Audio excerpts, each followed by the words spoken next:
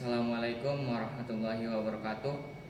Perkenalkan, nama saya Muhammad Akbar Maulana dengan NIM 22523245. Di sini saya akan mempresentasikan karya tulis ilmiah yang berjudul Kajian Literatur Revolusi Digital dalam Membaca Al-Quran, yang disusun oleh saya sendiri, Muhammad Akbar Maulana. Yang kedua itu teman saya Hafid Aulia Rahman, yang ketiga Farhan Adi Fahreja, yang keempat Farhan Gusti Pamungkas.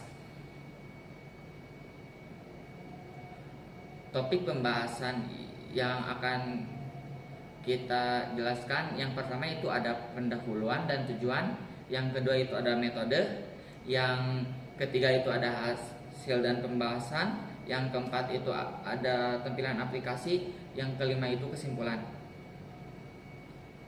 Yang pertama, pendahuluan.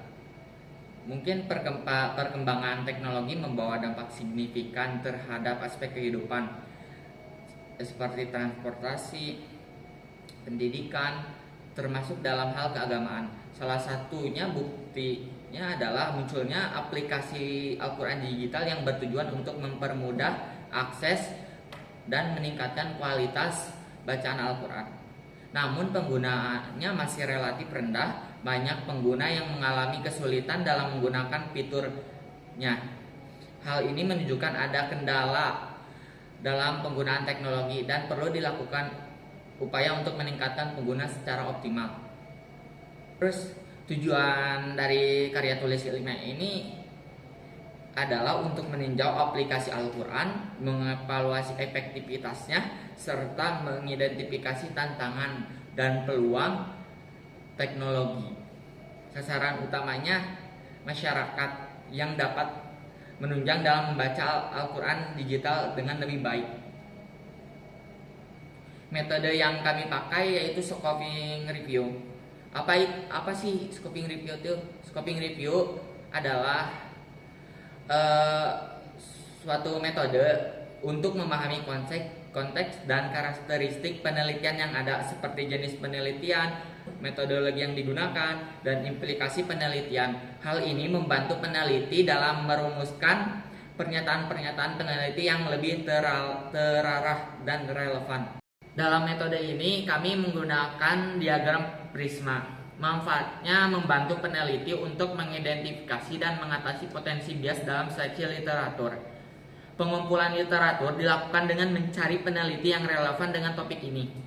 Topik yang diangkat adalah perkembangan aplikasi Al-Quran dan efektivitasnya. Pencarian sumber penelitian dilakukan menggunakan Google Scholar dengan menggunakan kata kunci seperti aplikasi Al-Quran, efektivitas Al-Quran, dan Al-Quran.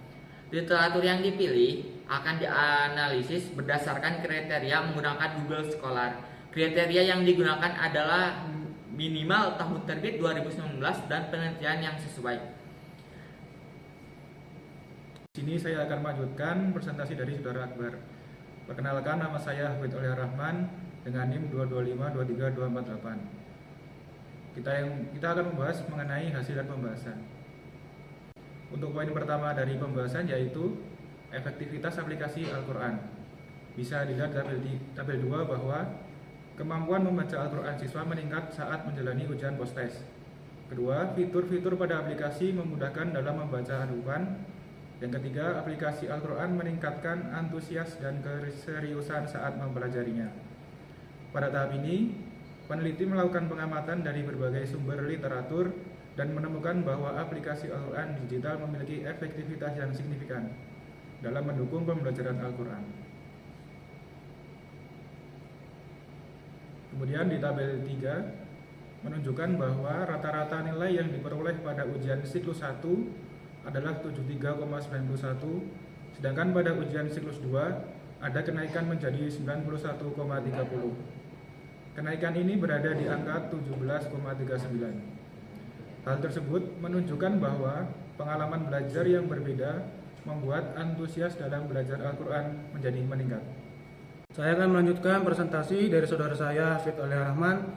Saya Farhan Adi Fahreja dengan NIM 22523246. Saya akan menjelaskan bagian tantangan bagi pengguna dari tabel 4 berikut ini. Yang baris pertama, tantangannya dihadapi kondisi lingkungan belajar yang tidak kondusif untuk belajar secara daring. Bagian kedua, tantangan yang dihadapi yaitu kurangnya variasi dalam metode pembelajaran tajwid. Yang kedua, manfaat pengguna teknologi dari tabel kelima, peluang dan manfaat aplikasi Al-Quran. Baris yang pertama, manfaatnya yaitu Al-Quran Kemenak Republik Indonesia RI dilengkapi dengan banyak fitur yang bermanfaat.